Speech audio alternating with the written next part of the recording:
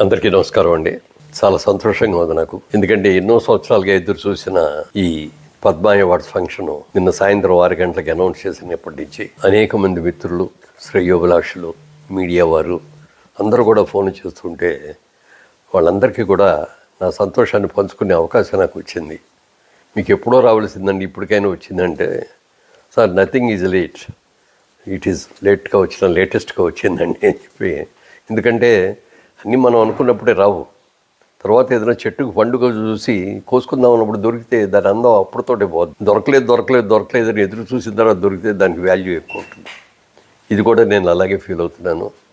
చాలా చాలా సంతోషంగా ఉంది. మిత్రులందరికీ కూడా నా శుభాకాంక్షలు తెలియజేస్తున్నాను. ఇంత మంచి అవార్డు వచ్చినందుకు ఇచ్చినటువంటి నరేంద్ర మోడీ గారికి, ప్రధానమంత్రి నరేంద్ర మోడీ గారికి, అలాగే ఆంధ్రప్రదేశ్ ముఖ్యమంత్రి చంద్రబాబు నాయుడు గారికి, తెలంగాణ రాష్ట్ర ముఖ్యమంత్రి రేవంత్ రెడ్డి గారికి, అలాగే మా చలనచిత్ర పరిశ్రమలో ఉన్న అందరి ప్రముఖులకి, అందరి సహకారంతో, అలాగే అందరి పాత్రికేయ మిత్రులతోటి వాళ్ళందరికీ కూడా నా హృదయపూర్వకంగా నా శుభాకాంక్షలు తెలియజేస్తున్నాను.